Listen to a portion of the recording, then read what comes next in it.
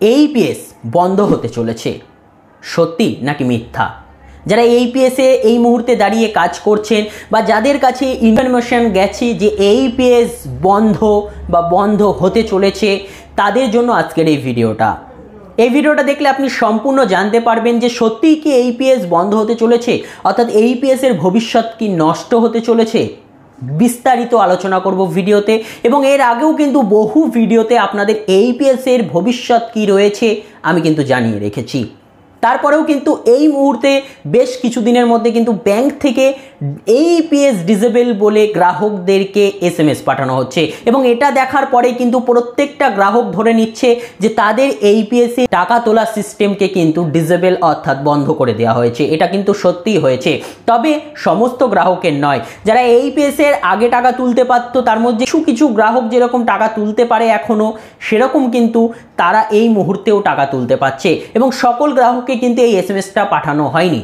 এই বিষয়ে কিন্তু আপনাদেরকে কেউ জানাবে না, শুধু বড় করে বিষয়টিকে দেখানো হচ্ছে যে এইপিএস বন্ধ বা এইপিএস বন্ধ হতে চলেছে।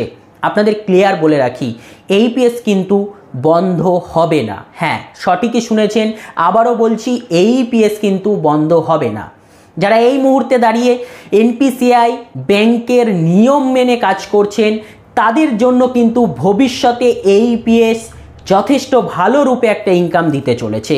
কারণ বেশ কয়েক বছর আগে যেরকম সবার কাছে এইপিএস আইডি অ্যাভেলেবেল ছিল না, মার্কেটে কিছু সংখ্যক দোকানদাররা দাপিয়ে ব্যবসা করে বেরিয়েছিল, সেরকমই কিন্তু সময় আবার আসতে চলেছে। অর্থাৎ আপনি যদি চান যে আপনার এইপিএস আইডিটি ভবিষ্যতে আপনি কাজ করবেন, কারণ এইপিএস বন্ধ হবে না, ভবিষ্যতে আপনিও কাজ করতে চাইছেন এইপিএস এর সাথে, তাহলে এখন থেকেই কিন্তু প্রতিটা নিয়ম ফলো করে কাজ করুন। ভিডিওতে আলোচনা করব কি কি ফলো করে কাজ করবেন। সঠিক নিয়ম, ব্যাংকের রুলস মেনে কাজ করুন, আপনার আইডিটি কিন্তু চালু থাকবে। যদি আপনি আইডি চালাতে চাইছেন, নিয়ম না মানতে চাইছেন, তাহলে কিন্তু আপনার জন্য এইপিএস নয়। অর্থাৎ এইপিএস এর এই সময়ে যত আপডেট, এনপিসিআই থেকে যত রুলস আসছে, সেই সমস্ত কাস্টমারদেরকে কিন্তু দূরে ছুঁড়ে ফেলে দেওয়ার জন্য, যারা নিয়ম মেনে কাজ করে না, যারা অবাধে নিজের ইচ্ছাতে কাজ করে, তাদেরকে কিন্তু এইপিএস ফিল্টার করে দিচ্ছে যে এই সমস্ত কাস্টমারদের দরকার নেই, এই সমস্ত এইপিএস সঞ্চালকদের দরকার নেই। তাদেরকে ফিল্টার করে কিন্তু ভবিষ্যতে কিছু সংখ্যক দোকানদার থাকবে যারাই কিন্তু এইপিএস ব্যবহার করবে। তো মূল বিষয় ছিল যে এইপিএস এর ভবিষ্যৎ বা এইপিএস কি বন্ধ হতে যাচ্ছে? না, এইপিএস বন্ধ হবে না। আজকের ডেটে দাঁড়িয়ে যে সমস্ত কাস্টমারের কাছে ব্যাংক থেকে ডিসেবলের নোটিশ আসছে বা এসএমএস আসছে, তারা ব্যাংকে যান, ব্যাংকে গিয়ে একটা নির্দিষ্ট ফর্ম ফিল আপ করুন বা আবেদনপত্র জমা দিন যে আপনি এইপিএস এর মাধ্যমে টাকা তুলতে চাইছেন নিজ দায়িত্বে। ব্যাংকগুলো চাইছে যে আপনি আপনার ফর্মটি ফিল আপ করে নিজ দায়িত্বে এইপিএস চালু করুন, এবং আপনার এইপিএসটি কিন্তু চালু করে দেওয়া হবে। তবে পরবর্তী সময় যদি আপনার এইপিএস এর বিরুদ্ধে কোনো রকম ফ্রডের অভিযোগ থাকে, ব্যাংকে যাবেন, সেক্ষেত্রে কিন্তু ব্যাংক আর কোনো রকম নোটিশ জমা নেবে না। অর্থাৎ নিজ দায়িত্বে আপনি যেরকম চালু করেছিলেন, কোনো রকম ফ্রড হলে নিজ দায়িত্বেই কিন্তু আপনাকে সেটা সমাধান করতে হবে।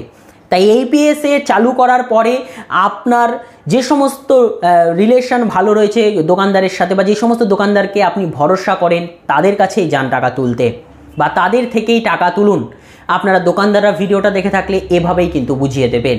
যদি আপনি একবার এইপিএস ডিসেবলকে অন করে দিয়ে আসেন ব্যাংক থেকে, তাহলে কিন্তু আপনার নিজ দায়িত্বেই আপনাকে টাকা তুলতে হবে। কোনো রকম ফ্রড হলে কিন্তু কোনো ব্যাংক আর কোনো রকম কমপ্লেন জমা নেবে না। এই জিনিসগুলো কিন্তু আপনাদের করতে হবে। আর একটা বিষয় বলে রাখি, ডিসেবলের নোটিশ কিন্তু ব্যাংকের প্রচুর গ্রাহক রয়েছে, কয়েক কোটি, কয়েক লাখ গ্রাহক। সেক্ষেত্রে কিন্তু এই কোটি কোটি গ্রাহককে কিন্তু মেসেজ পাঠানো হয়নি, নির্দিষ্ট কয়েকটি গ্রাহককে পাঠানো হয়েছে যাদের ডিসেবল করা হয়েছে। তো এক্ষেত্রে কেন তাদেরকে পাঠানো হলো, এটাকে কিন্তু আমি একটা বেসিসের মাধ্যমে বা একটা ভাবনা চিন্তার থেকে আমি আপনাদের বলতে পারি। প্রথমত দুটো কারণে হতে পারে। এক, সেই গ্রাহকদেরকে কোনো রকমভাবে এইপিএস থেকে কিন্তু 50-এর গুণিতকে টাকা তোলা হয়নি। নয়, সে 1000 তুলতে গেছে, তাকে 1000, 10, 20, 30, 80, 90 এরকমভাবে কাট অফ টাকা তুলেছে, যার জন্য কিন্তু তাকে ক্রমাগত তার ব্যাংকের স্টেটমেন্টে আসার ফলে কিন্তু তার আইডিটি ডিসেবল করেছে, অথবা কেওয়াইসির পারপাসের জন্যও কিন্তু ডিসেবল করতে পারে। এবং ব্যাংকগুলো কিছু কিছু গ্রাহকদের ধরে ধরে তারা কিন্তু বন্ধ করছে, ধরে ধরে এসএমএস পাঠাচ্ছে, এই কারণেই যে তাদের এইপিএসে তারা লেনদেন করছে, ব্যাংক থেকে কোনো লেনদেন করছে না। তারা ব্যাংকে এসে জমা দিয়ে যাক যে তারা নিজ দায়িত্বে এইপিএসে লেনদেন করবে। কারণ অনেক গ্রাহক রয়েছে যারা কিন্তু এইপিএসে লেনদেন করে ফ্রড বা প্রতারণার শিকার হয়েছে। সেক্ষেত্রে তারা ব্যাংকে গিয়ে কিন্তু নোটিশ দিয়েছে, ব্যাংক কিন্তু আবার এনপিসিআইকে জানিয়েছে, এনপিসিআই থেকে কিন্তু তারপরে পদক্ষেপ নেওয়া হয়েছে। অর্থাৎ ব্যাংক চাইছে না কোনো রকম ঝামেলার মধ্যে পড়তে। অর্থাৎ আপনি যদি চান যে এইপিএসে কন্টিনিউ বজায় রাখতে, আপনি এইপিএসে টাকা তুলছেন কন্টিনিউ ধরে রাখতে, সেক্ষেত্রে আপনি ব্যাংকে আসুন, ব্যাংকে এসে ফর্ম জমা দিন, নিজের ডিক্লারেশন দিন যে আপনি নিজ দায়িত্বে অন করতে চাইছেন, তাহলে কিন্তু আপনার আইডিটি এইপিএসে টাকা তোলার জন্য উপযুক্ত হয়ে যাবে। ঠিক ব্যাংক কিন্তু এই জিনিসটাই চাইছে এবং এনপিসিআই থেকে কিন্তু যে নোটিশগুলো দিচ্ছে তার মাধ্যমে কিন্তু একটা বিষয়কে ক্লিয়ার করা হচ্ছে, যারা ফ্রড করছে মার্কেটে তাদেরকে কিন্তু সরানোর ব্যবস্থা হচ্ছে। আপনি সঠিক নিয়মে মেনে ফলো করে আপনি ব্যবসা করুন, ইন ফিউচার কিন্তু আপনার জন্য এইপিএসের ব্যবসা আরও কিন্তু বিস্তার হতে চলেছে। এবার আলোচনা করব যে আপনাদের তো জানালাম কি কারণে হচ্ছে, এবার বলে রাখি কি কি নিয়ম ফলো করে কিন্তু আপনাকে ব্যবসা করতে হবে। যদি আপনি একজন এইপিএসে সিএসপি চালাচ্ছেন, সেক্ষেত্রে প্রথমত কিন্তু আপনাকে একটা রেজিস্টার খাতা মেনটেন্স করতেই হবে।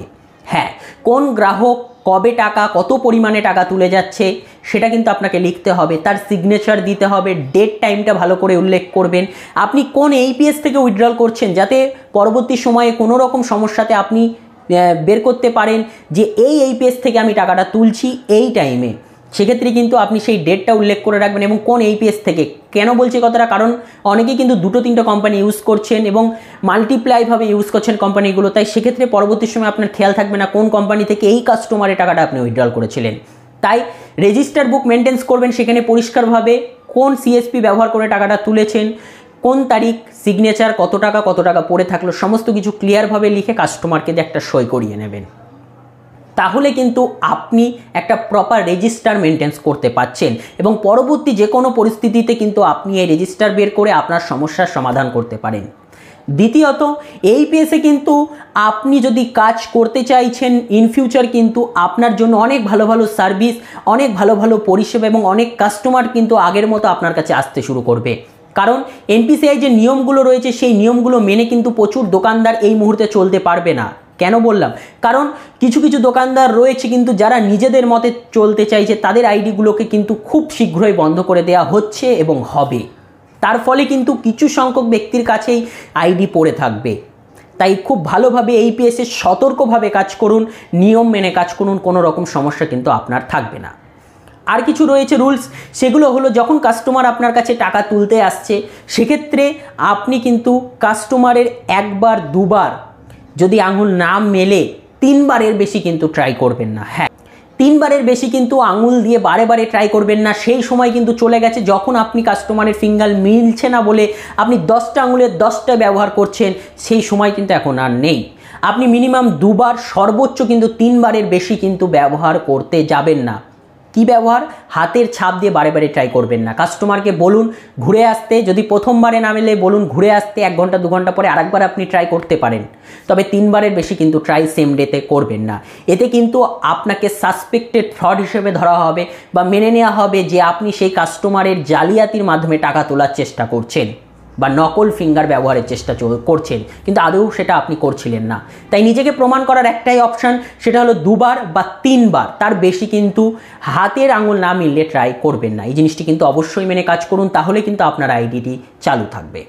আর একটা বিষয়, যদি আপনার কাছে 2-3টে কোম্পানির আইডি থাকে, চেষ্টা করুন মাসের একটা দিন হলেও কিন্তু একটা কোম্পানির থেকে উইথড্রল করার। না হলে কিন্তু একবার যদি আইডি ডিসেবল হয়ে যায়, সেক্ষেত্রে আইডি কিন্তু চালু করাও অনেক মুশকিল হয়ে পড়বে এবং আইডিতে যদি আপনার টাকা পড়ে থাকে, সেক্ষেত্রে কিন্তু সেই আইডিতে আপনার টাকা পড়েই থাকবে, আপনি ব্যবহারও করতে পারবেন না। তাই যতগুলো বা 2-3টে যা কোম্পানি রয়েছে আপনার কাছে, প্রত্যেকটা কোম্পানিতে কিন্তু আপনাকে কাজ করতে হবে। যদি কাজ আপনি কন্টিনিউ 3 মাস না করেন, সেক্ষেত্রে প্রত্যেকটা কোম্পানির আইডি কিন্তু আপনার বন্ধ হয়ে যাবে, যে আইডিতে আপনি 3 মাস কাজ করবেন না। তাই অবশ্যই এই সমস্ত নিয়মগুলো মেনে কাজ করুন, তাহলে কিন্তু আপনার কোনো রকম সমস্যা থাকবে না এবং এইপিএসের কিন্তু ভবিষ্যৎ যথেষ্ট উজ্জ্বল হতে চলেছে এবং আপনি যদি সঠিক নিয়ম মেনে কাজ করেন, আপনার ব্যবসাও কিন্তু চলবে আরও দ্বিগুণ পরিমাণে। এবং এইপিএসের বর্তমান যে রুলস রেগুলেশন চলছে, ফিল্টার করার চেষ্টা কিন্তু হচ্ছে, যারা রুলসগুলো মানতে পারছে না তাদেরকে কিন্তু এইপিএস আইডিগুলো আর দেওয়া হবে না, বাতিল করে দেওয়া হবে। বোঝা গেল। তো আশা রাখছি ভিডিওটা আপনার যথেষ্ট কাজে আসবে। যদি আপনি এইপিএসে কাজ করতে চাইছেন, রুলস নিয়মগুলো ফলো করে কাজ করুন, ইন ফিউচার কিন্তু আপনি কাজ করতে পারবেন। এইপিএস বন্ধ হচ্ছে না, এইপিএস বন্ধ হবে না। আপনি একটা জিনিস খেয়াল করে দেখুন, আজ কিন্তু হচ্ছে শুক্রবার, অর্থাৎ আজকে কিন্তু হচ্ছে 8 তারিখ। আজ কিন্তু মহাশিবরাত্রি উপলক্ষে কিন্তু ব্যাংক বন্ধ। কাল শনিবার, কালকেও কিন্তু সেকেন্ড স্যাটারডে বলে ব্যাংক বন্ধ। পরশু কিন্তু রবিবার ব্যাংক বন্ধ। তাহলে পরপর 3 দিন ব্যাংক বন্ধ। এক্ষেত্রে যারা এইপিএস এর মাধ্যমে টাকা তোলে, যাদের কাছে এটিএম নেই, তাদের কাছে কিন্তু একমাত্র সম্বল কিন্তু এইপিএস। এইপিএস আছে বলেই কিন্তু, সিএসপিরা আছে বলেই কিন্তু ব্যাংকের উপরে চাপ অনেকটা কম। তাই অবশ্যই এইপিএসের ভবিষ্যৎ কিন্তু যথেষ্ট উজ্জ্বল।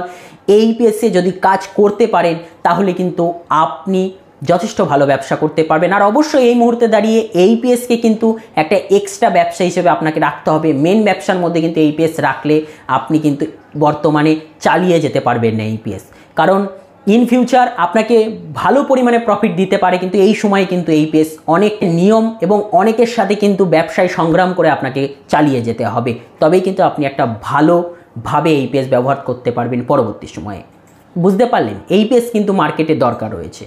তো যদি আপনি আমার এই ভিডিওটা সম্পূর্ণ দেখে থাকেন এবং নিয়মগুলো মেনে ফলো করেন, তাহলে কিন্তু আপনি ভবিষ্যতে এইপিএস ব্যবহার করতে পারবেন। তো বন্ধুরা, আজকের জন্য এটুকুই। পরে দেখা হচ্ছে এখন নতুন একটা ভিডিও নিয়ে। ততক্ষণ পর্যন্ত ভালো থাকবেন, সুস্থ থাকবেন, সাবধানে বুঝে কাজ করবেন।